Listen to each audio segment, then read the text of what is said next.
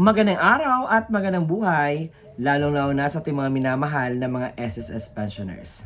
Sa araw po na ito ay nag-scroll po ako sa aking YouTube comments at akala ko ang delay na pensyon ay noon lang April first batch na umabot siya ng April 8. Yung iba nakatanggap, yung iba hindi.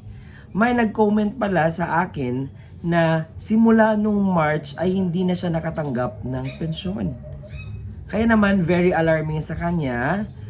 Kaya sa araw na po na ito ay bigyan natin ng paliwanag or clarity or mga pwede niyang gawin upang mabigyang lunas ang kanyang problema.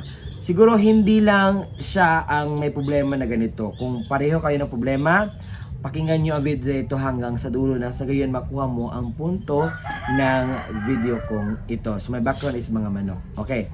So ang problema ngayon na nalaman ni SSS na mayroong technical system issue.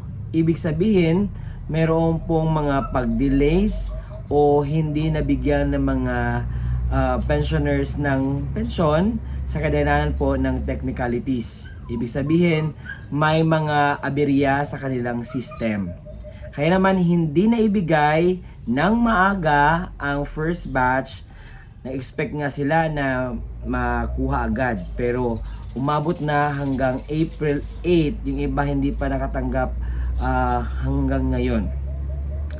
So, pagkakita ko sa March na sabi niya hindi siya nakatanggap, so nagsimula ang technical issues na ito, medyo matagal na pala.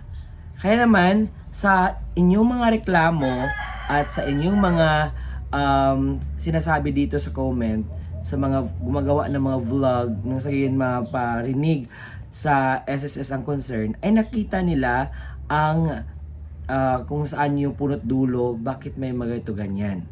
Kaya naman, sa ni SSS, ginawa niya ng paraan para nag-email sila na mayroong technical issue na nangyari sa kanilang system. Kaya naman ayusin na as soon as possible nang sa gayon po ay hindi na kayo mag-alala sa anumang aberya na nangyayari. And also, baka isa din ito sa mga pwedeng rason kung bakit hindi ka na po nakatanggap ng pensyon.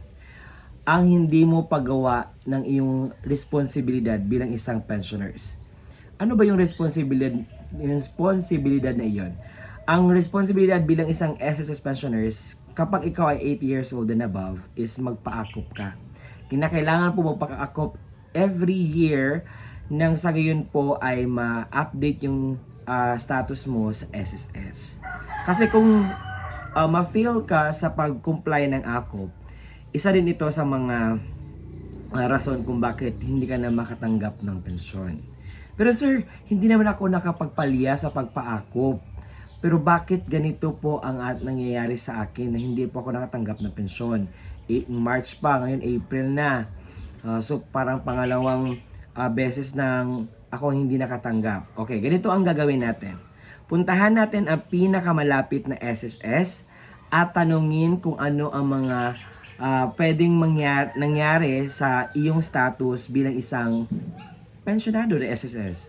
It's your right to let them know so that para ma-update at malaman mo kung ano ba ang problema. Baka may technicalities na naman na dagdag technicalities na problema sa data ng SSS. Kasi ang hirap kung palagi ka na nagwo-worry. So ang paraan natin, puntahan natin ang SSS. Nang sa gayon po ay maibsan po at masagot po ang ating katanungan sa ating isipan. And yun po ang mga bagay na pwedeng nangyari po. Una, may technical issue, matagal na pala. Pangalawa, baka hindi ka nakapag-akop. At pangatlo na pwede mong gagawin ay pumunta ka sa SSS at tanungin po. Hindi naman po yan mawawala ang iyong pensyon kung wala ka pong ginagawang labag sa batas na makapagtanggal sa iyo ng pensyon. So kung nagawa mo lahat ng obligasyon mo bilang isang SSS pensioners, that's really a great thing na pumunta ka at klaruhin mo sa kanila kung anong status ng iyo pong pensyon sa SSS. And I hope that helps. Thank you.